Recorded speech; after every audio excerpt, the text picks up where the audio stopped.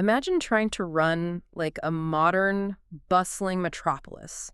We are talking millions of citizens, high-frequency trading firms, massive global supply chains. Right, just massive amounts of streaming data all trying to operate at the exact same time. Exactly. But the only infrastructure you actually have to support all of this is a single, ultra-secure, reinforced underground vault. And it's connected to the outside world by one, narrow, highly restricted dirt road. A dirt road that was paved back in 2009. I mean, for years, that is exactly what building complex economies on Bitcoin used to feel like. It really is a stark image, but it's an accurate one. Right, because it remains the most secure financial vault in human history. But that road leading to it, well, it was fundamentally incapable of handling the traffic of a global programmable economy. Yeah, and the persistent dilemma for developers has always been that you couldn't just, pave over that dirt road. Or widen it into a superhighway. Right. Exactly, because if you do, you risk the structural integrity of the vault itself.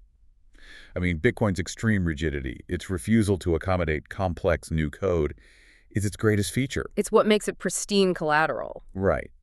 But that same rigidity is also its most paralyzing limitation when you're trying to build modern financial applications. Which brings us to the mission of today's deep dive. We are looking at a stack of technical sources, official documentation, white papers, and, real-time market updates that describe a massive paradigm shift. A shift that's incredibly exciting to dig into. Oh, absolutely. We are going to explore this revolutionary suite of infrastructure that has essentially built a multi-lane, high-speed, invisible highway right over that 2009 dirt road. And doing it without ever touching or compromising the vault. Yes. So we're looking at the invisible, high-tech plumbing of the new Bitcoin economy.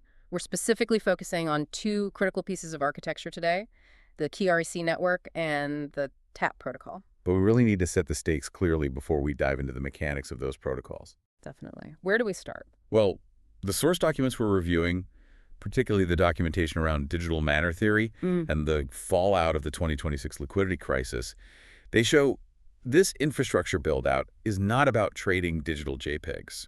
Right. It's not just another venue to gamble on speculative tokens. Exactly.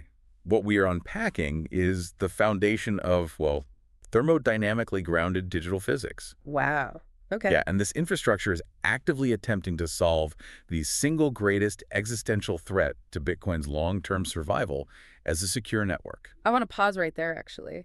Because claiming this solves an existential threat to Bitcoin survival is, it's a massive statement. It is, but the data backs it up. I mean, listener, if you have followed crypto for any amount of time, you know Bitcoin is often touted as invincible. So to say it needs saving requires some serious justification. Oh, absolutely. We're going to guide you through exactly what TRC and TAP are, how they power this rapidly expanding ecosystem called digital matter theory, and how they solved a real-time market collapse just weeks ago in early 2026. But to your point, we have to diagnose the disease before we can evaluate the cure. Precisely. Because if you don't understand the looming security crisis facing the base layer of Bitcoin, none of this secondary infrastructure makes any sense, does it? No, it doesn't. The existence of TREC and TAP is a direct response to a mathematical inevitability that's baked right into Bitcoin's code. And there's been this persistent, quiet fear in the background of the cryptography community for years regarding Bitcoin's long-term security budget, right? Yeah, the casual assumption has always been that the fiat price of Bitcoin will simply continue to rise forever, and that price appreciation alone will incentivize miners to keep protecting the network. Right, but the specific data in our sources tells a very different, honestly, a highly alarming story. It really does. The specific metric our sources focus on is something called the Bitcoin Security Intensity, or BSI. Let's define what that actually measures. Because my understanding is that BSI evaluates how much actual economic value relative to the market cap is actively being deployed to protect the network against an attack. That is exactly correct. It's a ratio. It looks at the cost of the energy and hardware being burned by miners versus the total value of the network they're securing. Okay, so what do the numbers look like? Well, back in 2014, the BSI was sitting at a very healthy 3.9%. Meaning nearly 4% of the network's total value was being constantly reinvested into the hash rate. Right, creating a massive, impenetrable wall of computational energy.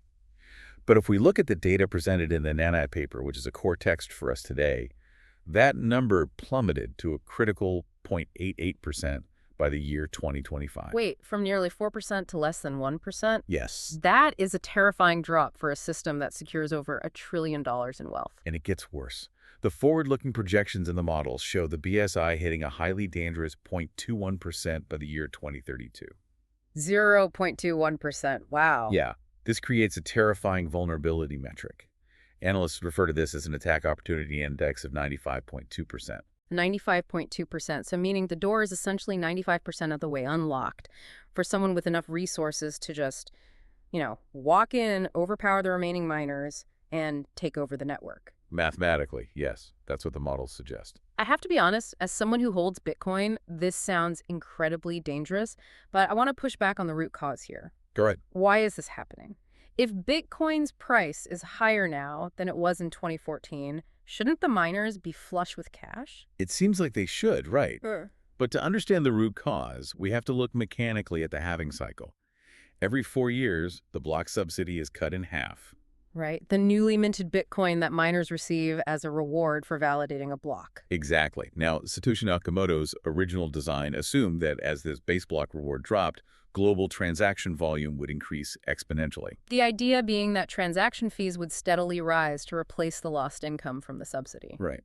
But the empirical reality is that transaction fees alone are entirely failing to compensate for the loss of that base reward. Because people are treating Bitcoin as a digital gold vault, not a checking account. They are holding it. Exactly. They are not transacting with it on the base layer frequently enough to generate the massive volume of fees needed to keep those massive server farms profitable. So if mining is no longer economically viable, the miners are forced to turn off their machines. Yes. And if the machines turn off, the global hash rate, the total computing power securing the network, drops. And when that drops significantly, the network becomes acutely vulnerable to a 51% attack. Right. The Nat paper specifically highlights that this depressed security budget makes the network incredibly vulnerable to nation-state monopolization. So we're looking at a highly plausible scenario where a massive superpower could use their sovereign wealth to just buy up bankrupt mining infrastructure for pennies on the dollar? Yes, turn the machines back on under state control and effectively command the network's consensus. Which completely destroys the decentralized cypherpunk ethos that the entire asset was founded upon. If a single nation-state controls 51% of the hash power, they control the transaction filtering. They can censor political opponents, freeze funds, rewrite history. Is the doomsday scenario for the network. So the base layer is staring down the barrel of an economic failure. It is like realizing your favorite local restaurant is slowly going bankrupt because they only sell one incredibly expensive dish Bitcoin. Right, and nobody buys it often enough to pay the commercial rent. Exactly. But then, suddenly, someone realizes there is a massive untapped gold mine sitting right in the basement of the building.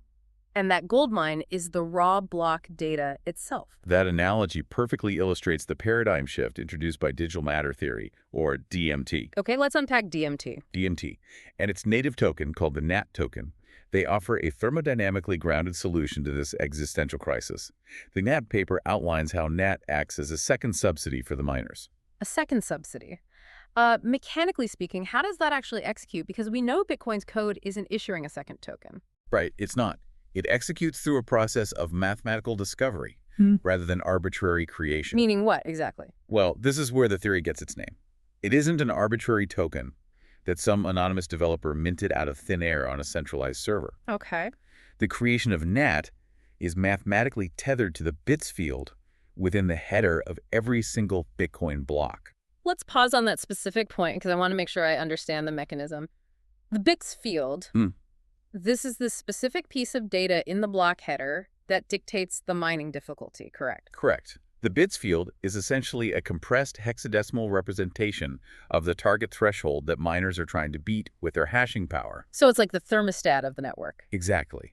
As more miners plug their machines in globally, the algorithm automatically adjusts the difficulty upward, and the data in the bits field changes to reflect a harder target. And digital matter theory uses this naturally occurring non-arbitrary data to dictate the minting of the NAT token. Yes. Purely as an example, if the bits field for block 800,000 evaluates out to a specific decimal number, say 386,218,132, then exactly that many NAT tokens can be minted for that specific block. Wait, so the miners are basically discovering these NAT tokens as a natural